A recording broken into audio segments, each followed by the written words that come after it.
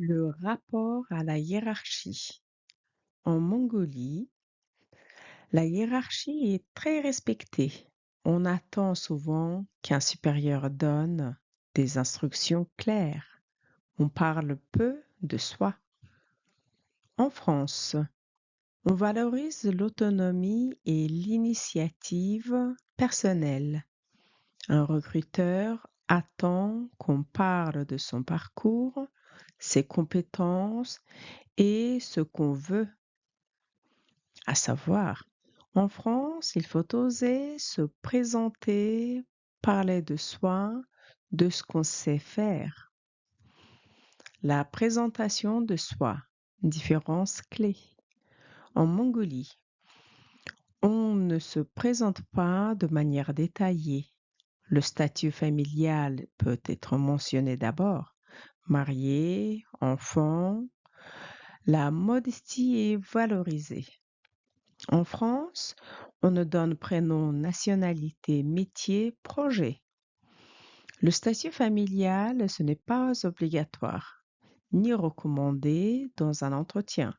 Il faut parler positivement de soi sans exagérer. Exemple français attendu. Bonjour, je m'appelle Zaya, je viens d'Oulan-Bator, je suis couturière et je cherche un emploi dans le textile. J'ai 10 ans d'expérience. Энэ мэргэжлийн орчинд өөрийгөө танилцуулах гэдэг нэг хичээлийн маань эхний харилцаа яриа нэ тий. Харилцааг нь соёл судлалын хэсэг нь. За энд болохоор ажлын байранд зэрэг зэндааны тухай дурддагдж байгаа тийм ээ. За үг хэлдэг нь гэхээр le rapport гэхээр харилцааг хэлж байгаа харилцаа. Иерархи гэхээр зэрэг зэндаа хэлж байгаа. Өмнөх өмнө нь болохоор бид нар энийг яг насны эренбэн дээр бас ингэж la иерархи даа гэж хэлжсэн тийм ээ. За тэр үг нь байна.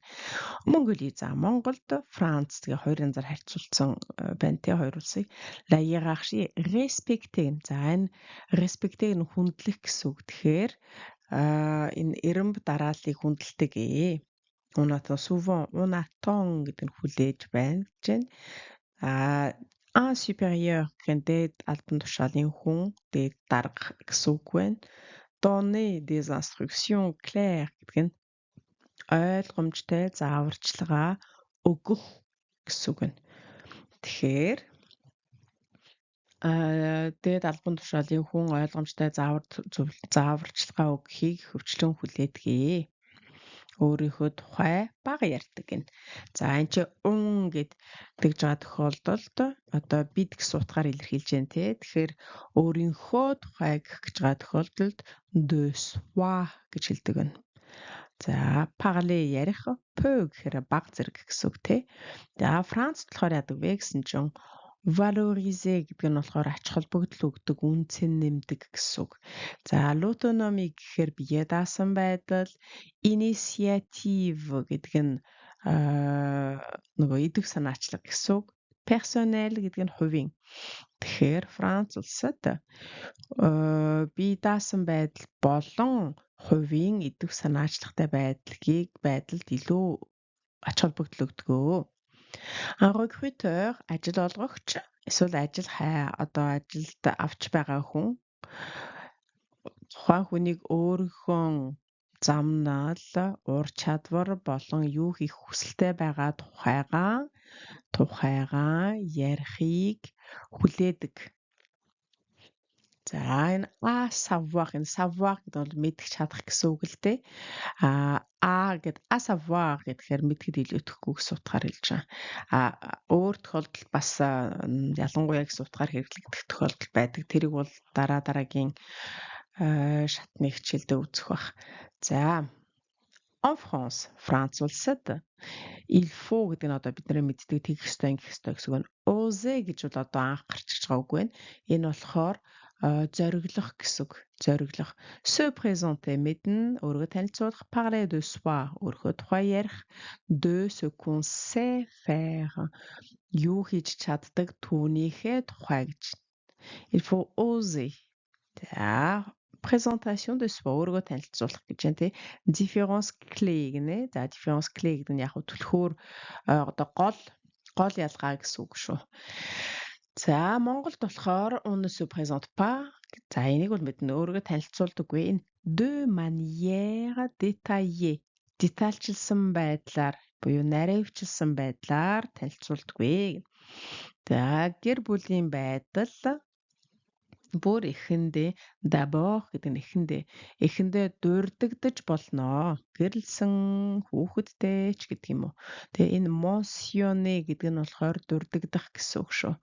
За la modestie гэдэг нь даруй төлөв байдлыг valoriser эрхэмлэл зүгээрээ гэж байна тий.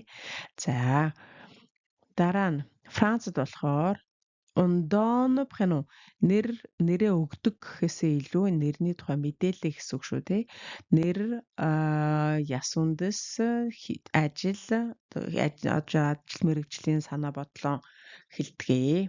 Le statut familial гэдэг нь гэр бүлийн байдал. Энэ бол ce n'est pas obligatoire гэдэг нь зайлшгүй шаардлагатай биш. Ni recommandé dans un entretien. Тэгэхээр энэ ярилцлагад энийг хөхүүлэн дэмжиж одоо хэлдэггүй. Заавал хэлэх ёстой ч биш. Бас заавал хэлээрээ гэд байдаггүй. Энэ recommandé гэдэг нь одоо нэг зөвлөх гэсэн утгаар орж байгаа шүү. Зөвлөдөггүй. За тэгээ il faut parler. За ярих ёстой positivement гэнэ. Positivement гэдэг нь эергээр өөрийнхөө тухай эргээр ярих ёстой sans exagérer. Хэтрүүлэлгүйгээр энэ exagérer гэдэг нь хэтрүүлэх гэсэн үг.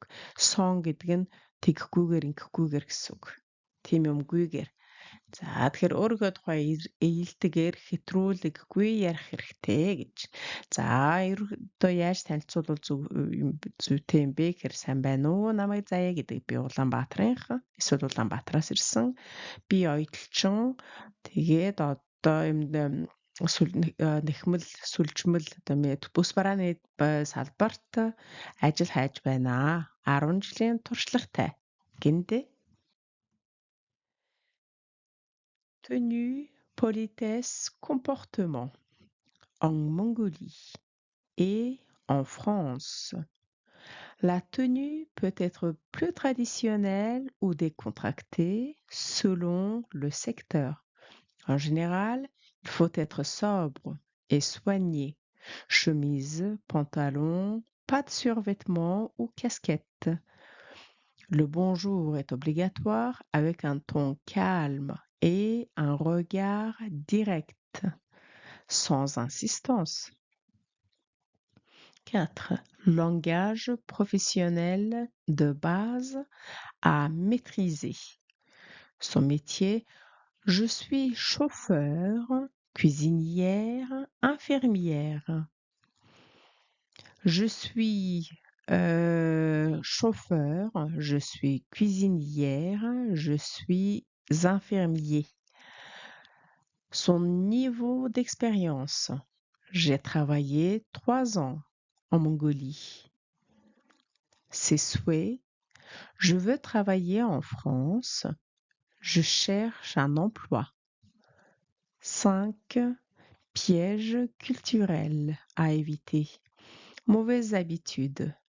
Ne pas parler, attendre les questions. Trop de détails personnels. Être trop modeste ou silencieux. Pourquoi la corriger? En France, on attend que la personne se présente activement. Ce n'est pas utile. Il faut aller à l'essentiel professionnel. Cela peut être perçu comme un manque d'intérêt. Tenue гэдэг нь хувцсыг хэлж байгаа юм. Politesse боловсон байдал, comportement бие авч явах байдал. За Монгол болон Францд яадаг гэнэ. Хувцс нь бол traditionnel гэдэг нь уламжлалт эсвэл чөлөөт. Décontracté гэдэг нь чөлөөт. Selon le secteur гэхээр салбараасаа шалтгаалаад. За тэгэхээр хувцлалт нь салбараасаа шалтгаалаад илүү чөлөөтэй эсвэл илүү уламжлалт Эсвэл чөлөөтэй байж болно. За, en général гэдэг чинь болохоор одоо ерөнхийдөө гэсэн үг те. Il faut гэдэг нь тэгэх ёстой, ингэх ёстой, il faut être тийм байх ёстой, il faut être sobre гэхээр sobre гэдэг нь одоо даруухан төлөвхөн гэсэн үг. Илүү тийм гялцал болсон гэсэн үг биш. Тэгэхээр il faut être sobre.